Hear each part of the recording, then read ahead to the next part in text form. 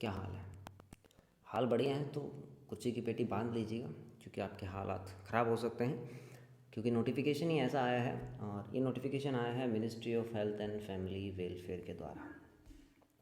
Notification का मोटा मोटा जो मेन मुद्दा है वो है कि जितनी भी वैकेंसीज आती हैं सेंट्रल गवर्नमेंट्स के अंदर, उनको धीरे धीरे करके आउटसोर्स की जाए। मतलब बाहर से जो प्राइवेट स्टाफ है उनके लिए रखा जाए, प्राइवेट किसी पर्टिकुलर वेंडर को वो दे दिया जाए जिम्मेदारी कि आप लीजिए, आप फार्मेसी का देखिए, आप नर्सिंग का देखिए, आप ये देखिए, आप वो देखिए। तो इस तरह से कुछ इन्होंने प्लान और कुछ किया है। इसी बारे में हम बात करेंगे। क्या नर्सिंग कैडर की भी वैकेंसी इसी आउटसोर्स सर्विसेज के अंदर में जाने वाली है? तो चलिए स्टार्ट करते हैं वीडियो।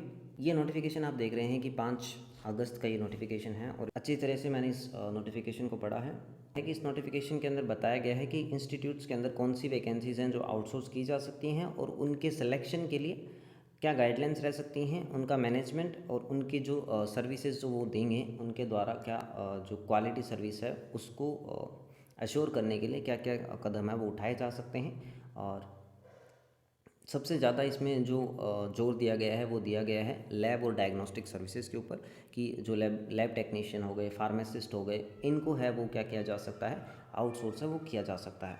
तो ये जो कमेटी है वो बनाई गई थी किसके द्वारा? Ministry of health and family welfare के द्वारा। ठीक है।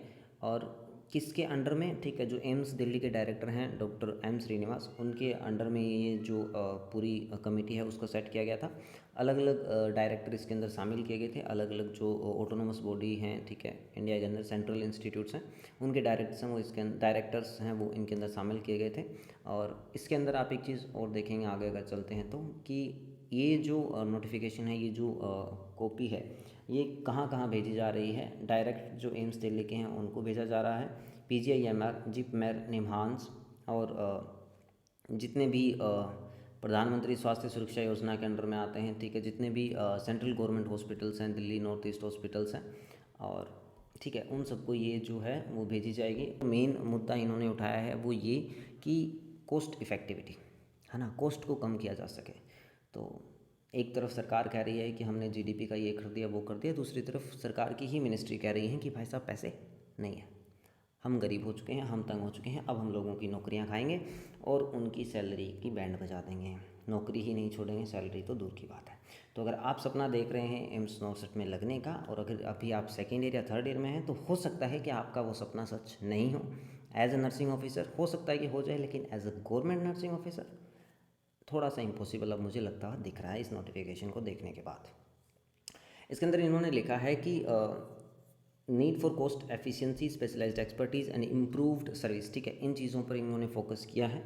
किस वजह से किया गया है? फाइनेंशियल, ऑपरेशनल और स्ट्रेटजिक फैक्टर्स की वजह से किया गया है। जो मेन इनका मुद्दा है वही है कि रिड्यूस करना कॉस्ट, स्पेशलाइज्ड एक्सपर्टीज़ को एक्सेस कर पाना, इम्प्रूव करना अपनी क्वालिटी को, एनहेंस करना एफिशिएंसी, ब्ला ब्ला ब्ला ब्ला। जैसे अभी तो एफिशिएंसी है ही नहीं इनके पास, और नहीं है तो स्टाफ तो है ना, तो एफिशिएंसी बढ़ाने के लिए करो काम, पर नहीं, मेहनत कौन करे? ठीक है, हर जगह भ्रष्टाचार घुसेगा नहीं, ऐसे कैसे घुसेगा अगर प्राइवेटाइजेशन नहीं होगा तो। और एक चीज़ और मेरे दिमाग में अभी आई है कि रेलवे के अंदर आपने अगर नोटिस किया होगा तो 5 साल बाद में वैकेंसी आई है, सिर्फ 700 पोस्ट आई है रेलवे के अंदर। ठीक है, और जबकि आने का ऐसा कह रहे थे कि 2 से 3 हज़ार पोस्ट हैं वो रेलवे के अंदर आराम से आएंगे। ठीक है, और वैकेंसीज़ खाली भी पड़ी हैं, ऐसा नहीं है कि नहीं पड़ी हैं, लेकिन रेलवे है वो वैकेंसीज नहीं ले रहा है। तो रेलवे भी मुझे लग रहा है कहीं ना कहीं रेलवे का जैसे प्राइवेटाइजेशन तो मोदी जी ने स्टार्ट कर ही दिया है, तो वो भी कहीं ना कहीं उसी कगार पे मेरे को लग रहा है। तो मेरा मानना है कि मेरे को जो लग रहा है अभी इस कंक्लूजन से वो यही है कि यहाँ पे नोटिफिकेशन देखने के बाद और थोड़ा सा कंफर्म हो गया कि रेलवे की या तो ये अभी जो वैकेंसी है 713 पोस्ट वाली ये लास्ट है, या फिर इसके बाद जो भी वैकेंसी आएगी वो लास्ट होने वाली है। उसके अलावा मुझे रेलवे से वैकेंसीज नहीं आती लग रही हैं, क्योंकि सीट्स तो बहुत खाली हैं, और रेलवे के हॉस्पिटल्स ऐसा तो नहीं है कि 4 ही हॉस्पिटल हैं, बहुत हॉस्पिटल हैं, है ना। तो अब मुझे तो समझ नहीं आ रहा कि 700 पोस्ट में पूरे ऑल ओवर इंडिया में कैसे इतने हॉस्पिटल्स में कि काम चल रहा है। इतने तो लोग रिटायर हो जाते हैं एक एक दो दो साल में, इन्होंने 5 साल से निकाले हैं। तो देखते हैं क्या है जो भी है। तो इन्होंने मोटा मोटा यही कहा है कि जो भी गवर्नमेंट के इंस्टीट्यूट्स हैं उनको धीरे धीरे है वो प्राइवेट सेक्टर्स को है वो दे दिया जाएगा और वही फिर उसको मैनेज करेंगे। उनके अलग अलग वो गाइडलाइंस बनाएंगे, कैसे करेंगे, क्या करेंगे, वो मैटर ही नहीं करता है। स्टार्टिंग में इन्होंने एम्स ने 80-20 किया था, अब एक और आपको झटका लगा है, तो उम्मीद है कि अब थोड़ा आप बोलेंगे, पहले नहीं बोले थे। और जो लगे हुए हैं उनको कोई दिक्कत नहीं है, जैसे पहले नहीं थी तो वो पहले भी नहीं बोले थे और अब भी नहीं बोलेंगे, है ना। और इस कमेटी के अंदर कौन कौन थे उसका मैं बता देता हूँ। एम्स दिल्ली के डायरेक्टर थे, रिम्स इम्फाल के डायरेक्टर थे, RML hospital Delhi, PGIMER Rishikesh, Bhubaneswar, Deoghar और एम्स कल्याणी के जो डायरेक्टर थे वो यहाँ पे शामिल थे। अब यहाँ पे इन्होंने बहुत सारे चैप्टर दिए हैं अलग अलग, लेकिन अपने जो मुद्दे की बात है वो यहाँ पे है कि हेल्थ सोर्स आउटसोर्सिंग कंपोनेंट्स क्या रहने वाले हैं, क्लिनिकल सपोर्ट सर्विसेज क्या रहने वाली हैं, और क्लिनिकल सर्विसेज के अंदर कौन कौन सी सर्विसेज हैं जो इसके अंदर आने वाले हैं। तो हम सीधा चलते हैं वहीं पर, ठीक है। और हेल्थ आउटसोर्सिंग के अंदर इन्होंने यही कहा था कि टिपिकल सर्विसेज आउटसोर्स की जाएंगी, जैसे बिलिंग हो गया, आईटी सपोर्ट्स हो गया, human resources, maintenance, vehicles and housekeeping.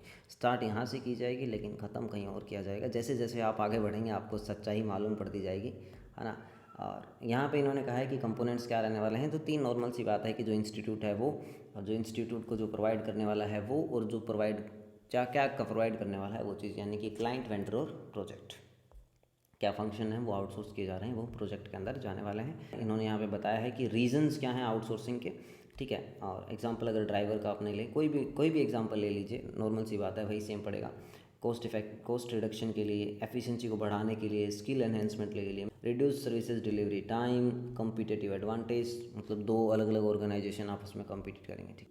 ऐसी कोई भी नोटिफिकेशन आती है ना तो कोचिंग वाले पता नहीं कहाँ गायब हो जाते हैं। जब कोई पेपर लीक की घटना आती है तो कोचिंग वाले वीडियो नहीं बनाते हैं। जब कोई ऐसी न्यूज़ आती है 80-20 का पीछे हुआ था तो कोई कोचिंग वाला नहीं बोला था, सब ये कह रहे थे कि आपको तो एक सीट चाहिए, आपको तो एक सीट चाहिए, आपको तो एक सीट चाहिए। तो कोचिंग वालों से मेरे सवाल हैं, पिछली बार भी मैंने एक वीडियो बनाया था एसजीपीजी के पेपर लीक पे, तब भी मैंने उनसे पूछा था कि जब आपको कोर्स बेचना होता है तब आप मुंह उठा के आ जाते हैं कि भाई साहब ले लो हमारा कोर्स, तो अब आप कहाँ हैं, है ना। अब आप सरकार से जब सवाल उठाना होता है, पूछना होता है, तब आप क्यों नहीं पूछते हैं। पर नहीं पूछेंगे क्योंकि आपको तो सिर्फ वैकेंसी आते ही आपके अपने नोटिफिकेशन बेचने होते हैं, सॉरी कोर्सेज बेचने होते हैं, तो आप तो वहाँ बिजी हैं। खैर, नाम तो किसी कोचिंग का क्या ही लेना, सारे एक जैसे हैं, एक ही थाले के चट्टे बट्टे। और स्टूडेंट्स भी ऐसे हो गए हैं नर्सिंग वाले, अगर आपको बुरा लगे तो लगे, कोई यूनिटी नहीं, कुछ नहीं। अब हम चलते हैं सीधा मेन मुद्दे पे, यहाँ पे कि जो क्लिनिकल सपोर्ट सर्विसेज हैं जो कि आउटसोर्स की जा सकती हैं। सबसे पहले आता है रेडियोलॉजी एंड इमेजिंग सर्विसेज। तो यहाँ पे भाई साहब कोई भी जो एक्सरे टेक्नीशियन है, एमआरआई है, सीटी स्कैन है, कोई भी हो आप, रेडियोलॉजी से रिलेटेड आपकी स्टाफिंग है वो बाहर से की जा सकती है, इक्विपमेंट मेंटेनेंस तक, है ना। सिर्फ स्टाफिंग ही नहीं, स्टाफिंग एंड इक्विपमेंट मेंटेनेंस, ठीक है। तो सारा काम बाहर से होगा, ठीक है। इवन इन्होंने जो बायोमेडिकल वेस्ट और इनका भी वो बाहर से वो कर दिया था, वो जो कि अच्छी बात है कि आप वो बाहर से कर दो, है ना। जो चीज़ आप बाहर से कर सकते हो वो करवाओ। बायोमेडिकल वेस्ट अगर आप बाहर से करवाओगे तो नॉर्मल सी बात है कि कंपटीशन से अच्छा करेंगे। लेकिन अगर आप मैन पावर को ही प्राइवेट लोगे, ठीक है, तो वो प्राइवेट वाला बंदा कैसे आपकी मतलब अच्छी केयर दे सकता है, मुझे समझ नहीं आया। बाकी जो भी है, 80-20 से भी इन्होंने कहा था कि काफ़ी फ़र्क पड़ेगा, लेकिन मुझे कहीं दिखा नहीं है। दूसरी जो सर्विसेज हैं वो हैं लेबोरेटरी सर्विसेज। इसके अंदर जो भी डायग्नोस्टिक पैथोलॉजी वाला जो भी डिपार्टमेंट है उसका भी, ठीक है। फार्मेसी सर्विसेज, ठीक है। फिजियोथेरेपी और रिहेबिलिटेशन, मेडिकल ट्रांसक्रिप्शन, ठीक है, जो डॉक्यूमेंटेशन हो गया, ठीक है, रिपोर्ट्स लिखना और वो सारी चीज़ें जो कंप्यूटर वाला जो भी सिस्टम है, रिकॉर्ड रखना पेशेंट का, ठीक है, वो चीज़ें भी ये प्राइवेट कर रहे हैं। तो मतलब एक डाटा का कंसर्न नहीं आया इनके दिमाग में कि आप प्राइवेट इंस्टीट्यूशन को एक डाटा स्टोर करने के लिए वो दे रहे हो, ठीक है। तो वो डाटा स्टोर करेगा तो वो डाटा का गलत इस्तेमाल भी तो कर सकता है, पर एम्स को उससे क्या फ़र्क पड़ता है ना। कम्युनिटी सर्विसेज को भी ये प्राइवेट करने वाला है, जिस ये होम केयर वाला फिर भी चलता है कि हाँ ठीक है, होम केयर सर्विसेज आप प्राइवेट कर दो। कुछ चीज़ें हैं जो जस्टिफाइड हैं, लेकिन फिर भी अगर किसी ने फार्मेसी की है, जो फार्मेसी में स्टाफ के रूप में जॉब करना चाहता है, तो उसके पर्सपेक्टिव से देखो ना आप एक बार। अब आती है भाई साहब आपके मुद्दे की बात, है ना। तो क्लिनिकल सर्विसेज के अंदर इन्होंने कह दिया है साफ साफ कि services include nursing care, paramedical staff, phlebotomist, OPD and screening के अंदर। तो इन सर्विसेज के अंदर आपको है वो देखने को मिल सकता है क्या, आउटसोर्सिंग। तो ये अपडेट हैं कुछ, ठीक है। इसके अलावा नर्सिंग से रिलेटेड इसके अंदर कुछ अपडेट नहीं है। अगर आप सवाल उठाना चाहते हैं तो कोचिंग वालों से कहिए कि सर वीडियो बनाइए, क्योंकि मेरा जैसा एक छोटा यूट्यूबर अगर वीडियो बनाएगा तो उसको कोई 4 लोग 5 लोग देख लेंगे, उससे कोई ख़ास फ़र्क नहीं पड़ेगा, है ना। तो जब तक हर इंसान इसमें शामिल नहीं होगा तब तक मैटर नहीं करता है। अगर यूनिटी नहीं होगी तो काम भी नहीं होगा। और अब मिनिस्ट्री से पास हो गया है, ठीक है, और इसके अंदर अलग अलग जो एम्स के डायरेक्टर्स हैं, तो इसके अंदर ऑब्जेक्शन के सवाल भी थोड़े से कम हो जाते हैं कि मुझे नहीं लग रहा है कि ऑब्जेक्शन का कोई सवाल यहाँ पे उठेगा। तो अब तो ये कोर्ट में ही जा सकता है, और कोर्ट में भी अगर 80-20 की तरह यूनिटी रहती है तो फिर वहाँ पे भी वही 4 साल से केस में डेट आगे से आगे बढ़ाए जा रहे हैं। यहाँ पे भी जबकि वहाँ तो फंडामेंटल राइट तक को साइड में कर दिया गया है ना, जो राइट ऑफ इक्वलिटी है। तो यहाँ पे तो आप फिर क्या ही उम्मीद करेंगे कि कोर्ट क्या ही डिसीजन देगा, पता नहीं क्या देगा क्या नहीं देगा। मुझे उम्मीद नहीं है पर्सनली। सवाल ये है कि क्या नर्सिंग ऑफिसर की वैकेंसी आएगी, क्या नर्सिंग ऑफिसर की कोई और वैकेंसी आएगी। तो जहाँ तक लग रहा है वहाँ एकदम से तो बंद नहीं किया जा सकता, है ना, एकदम से तो बिल्कुल स्टॉप है वो नहीं किया जा सकता किसी चीज़ पे, धीरे धीरे होगा। तो मेरे ख्याल से नॉर्सेट 8 और नॉर्सेट 9 होने की संभावना है, उसके बाद में थोड़ी सी पॉसिबिलिटीज़ हैं वो कम हो जाती हैं अगर ये इम्प्लीमेंट होना स्टार्ट कर देते हैं अभी से तो, वरना 2 या 3 एम्स हैं वो होंगे। लेकिन उसमें भी कोई ख़ास मतलब नहीं है। इस बार भी शायद 1000 के करीब वैकेंसीज़ आने वाले हैं, और अगर आ गई हैं तो मैंने अभी तक नोटिफिकेशन नहीं देखा है। 1000 के करीब वैकेंसीज़ हैं वो आने वाली हैं, और इसके अंदर नॉर्सेट 8 और 9 के अंदर भी यही सेम रहने वाला है पैटर्न, क्योंकि हर 6 महीने से करा रहा है तो नॉर्मल सी बात है वैकेंसी ज़्यादा नहीं आएंगी। और इसमें से भी फिर एक ही लिस्ट निकालता है तो उसमें भी 200 से 300 पोस्ट खाली रह जाती हैं। तो कुल मिला के 700 पोस्ट के लिए नर्स आप एग्ज़ाम दे रहे हैं हर 6 महीने में, और उसकी 3000 रुपये आप फ़ीस भर रहे हैं, ठीक है। और फिर भी इनका कहना है कि इनके पास पैसे नहीं हैं, और एक तरफ ESIC जैसे इंस्टीट्यूट हैं जो 25 रुपये में पूरा एग्ज़ाम करा देते हैं, इवन ऑफलाइन एग्ज़ाम। तो काफ़ी एक जोक सा लगता है एम्स की तरफ से। ये जो कमेटी बनाई गई थी ये मिनिस्ट्री की तरफ से बनाई गई थी, ministry of health and family welfare की। और फैमिली वेलफेयर शायद नाम उनको हटा देना चाहिए, क्योंकि हेल्थ का भी कोई खास है नहीं, तो मिनिस्ट्री ही नाम रख लीजिए आप मेरे हिसाब से। वीडियो देखने के लिए आपका धन्यवाद। और इस वीडियो में हो सकता है मैंने कुछ चीज़ें आपको फालतू बोल दी हूँ, तो उसको इग्नोर कर दीजिएगा, जैसे आपने 80-20 को इग्नोर किया था।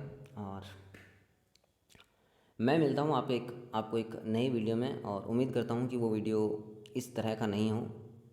चलिए, बाय बाय, टेक केयर।